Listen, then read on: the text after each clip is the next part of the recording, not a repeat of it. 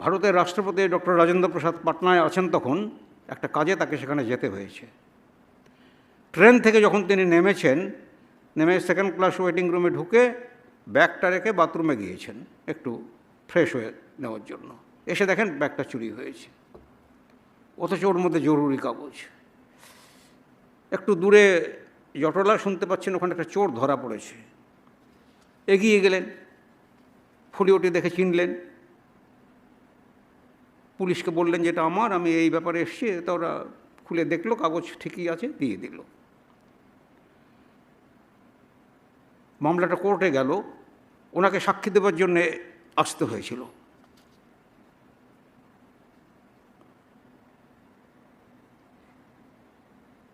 Police চোরটির বিরুদ্ধে একটি মামলা রুজু করল এবং কয়েক মাস পরে এই সামান্য ব্যাপারের জন্য মহারাজকে আদালতে সাক্ষ্য দিতে হাজির হতে হলো। আদালত পক্ষে তিনি আশ্চর্য হয়ে গেলেন যে লোকটি অপরাধ স্বীকার করেছে এবং মহারাজের সামনে কান্নায় ভেঙে পড়ে আক্ষেপ করতে লাগলো যে এই ব্যাগটি যে একজন সাধুর ছিল এটা সে বুঝতে পারেনি। যদি সে জানতো এটা একজন সাধুর, সে চুরি করতো না। সে বলতো সে বেশ কয়েক বছর ধরে চুরি করছে এবং চুরি করার ব্যাপারে সে খুব পোক্ত।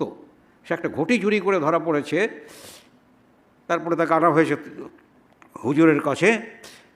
এই বলে সে মহাত্মার জিনিস চুরি করার জন্য বলে সে কান্নায় কোর্টে ভেঙে পড়ল।